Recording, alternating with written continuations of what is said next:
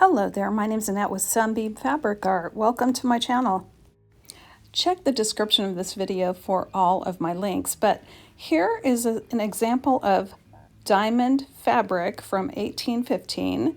This dressing coat is a man's coat, and it's from about the year 1815, and it's currently in the Metropolitan Museum of Art. I'm showing this fabric in black and white as well, just so you can see this maker from the 1800s thought about dark and light.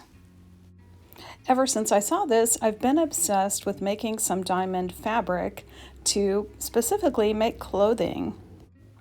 I have a little diamond template that works for 2.5-inch wide fabric.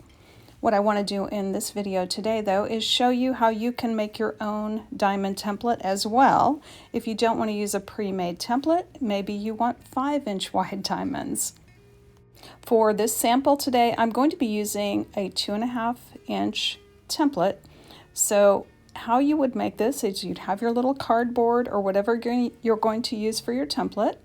Make sure you draw a line 2.5 inches wide. So I'm going to be cutting this little cardboard out 2.5 inches wide. But first I'm going to draw all my lines. Many rulers and cutting mats have a 60-degree line, and that is the angle that we need to make our diamond shape. We definitely need that 60-degree angle. If you have a 60-degree triangle ruler, that will also work to get you to draw your 60-degree line. I'm making a little mark at 2.75 inches on my top horizontal line, and that is going to be where my template is going to end. I made a second mark 2.75 inches to the left of my 60-degree angle. Now I need to draw another 60-degree line between those two marks. I can use the 60-degree line on my cutting mat here, or I can just line up on those two marks that I made, and I'll get the same result, which is that 60-degree angle.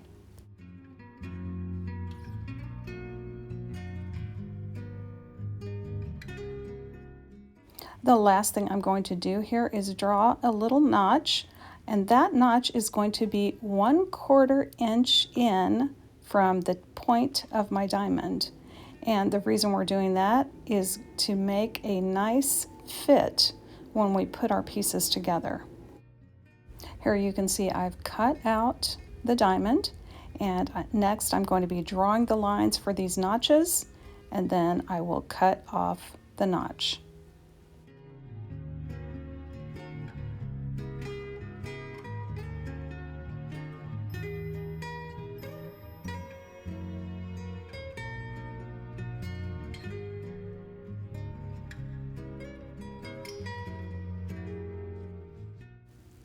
I actually lost the footage of me cutting that tip off, but in this next clip you're going to see I cut 2 pieces of scrap out from that template.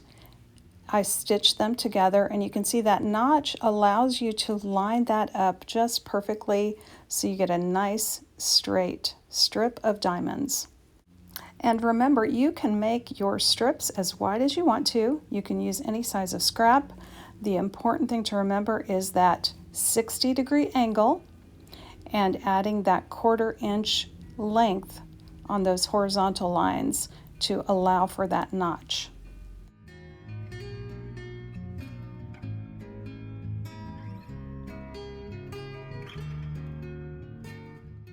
I mentioned at the beginning I already have a 2.5 inch wide template that I can use to make these diamonds, but I did want to show you how to make your own template.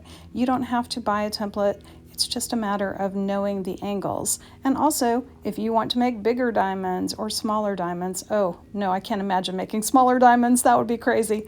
But you can see here I'm using this paper template or cardboard template.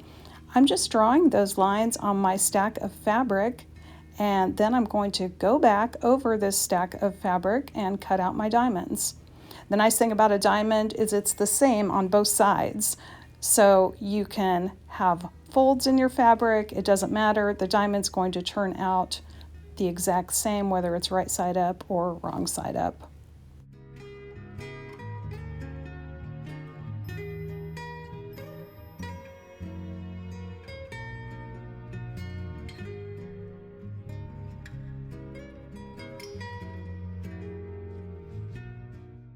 I wanted to show you some little snafus I had when I was using the little template I already own. When I flipped the fabric around the opposite way, of course, they came unmatched. I had to rematch them up, and that's going to add a little bit of wonkiness probably. I'm not going to get the exact cut that I would have got. I'm going to be using strips for this diamond coat. I'm not going to be using little small pieces of fabric. Right now I'm using some scraps. But if I was using long 2.5-inch strips, I would not be able to, for example, use my cutting mat that rotates around in a circle. If you have a rotating cutting mat, use that with scrap size. But if you're going to be using long strips, that cutting mat that rotates is not going to be much help.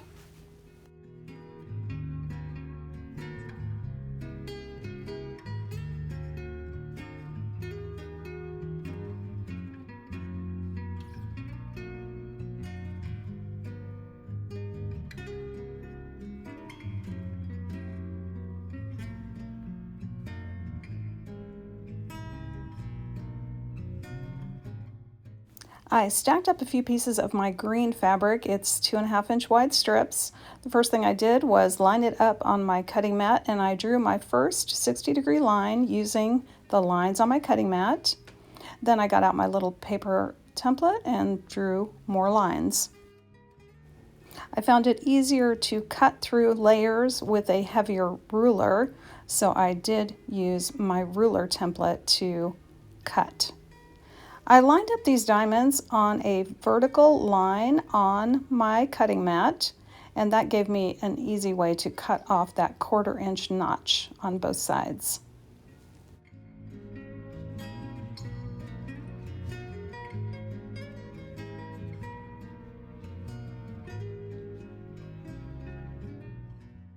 Next, I cut out some light diamonds. I had some white and some cream color. I cut quite a few. Wasn't sure which ones or how many I was going to use, but I wanted to alternate the blue and the white and the green and the white to see how I liked that look. Let's get started sewing. This is actually the easiest part. Cutting those diamonds out is harder than sewing the diamonds back together. Since we cut those notches at 1/4 inch, we can line up our two diamonds, stitch along that line a 1/4-inch seam, and they are going to line up just right.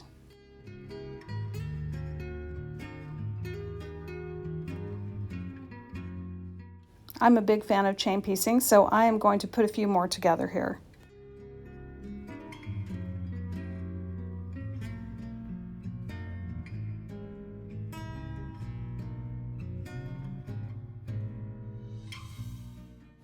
Once I separated that chain, I started putting 2 together with 2 more, and I'm alternating that blue and that green. So I'm taking a pair with blue and I'm adding a pair with green, and I'm making sure the colors alternate: blue, light, green, light. For my coat plan, eventually I will not be alternating just 3 colors.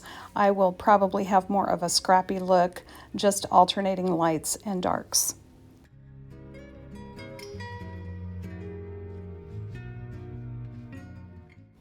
For the sample, I decided I would use a total of 8 diamonds per row.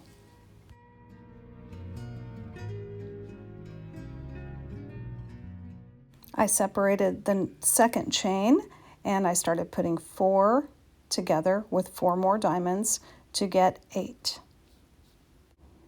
With these strips of 8 diamonds, what I'm planning to do here is put them together, put 2 rows together, and I want to offset. So I want my blue to match up with the light in the next row.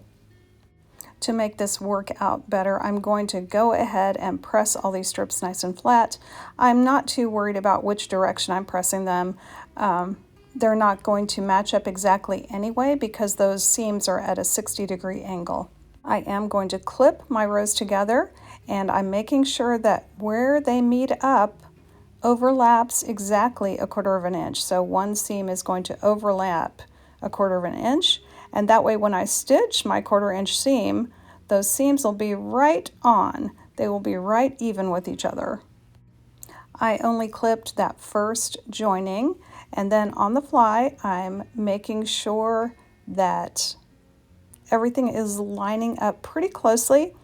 And it's kind of a hard concept to wrap your head around, that the two seams on the right hand edge would be 1/4 inch apart from each other.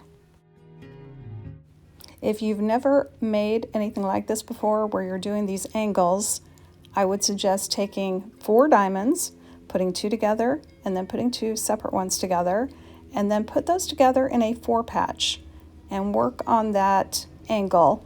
It's like I said, once you get it down that those 2 seam lines are 1/4 inch apart on the right edge, and that is going to make your seam line up perfectly, it just comes naturally. I'm going to fast forward a little bit here, do a little time lapse, and we'll get the rest of these diamonds all stitched up together to make one piece of fabric.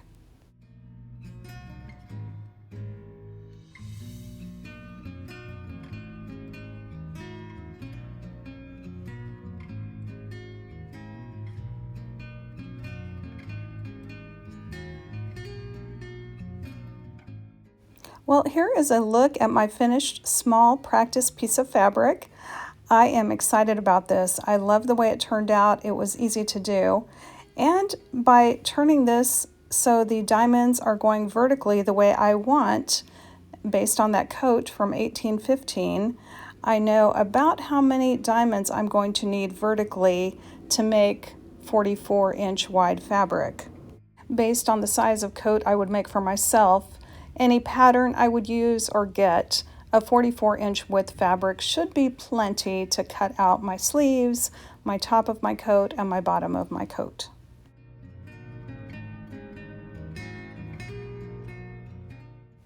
The last thing I want to do is show you what I did on my computer. I took this one image of my diamonds and I copied and pasted it in on itself to make a larger piece of fabric image. It's not real, it's just this small piece of fabric just copied over and over again, but I wanted to give you that idea of how this would look in a quilt. Or do you want to make a quilted coat like I do out of these diamonds based on this cool dressing gown from 1815?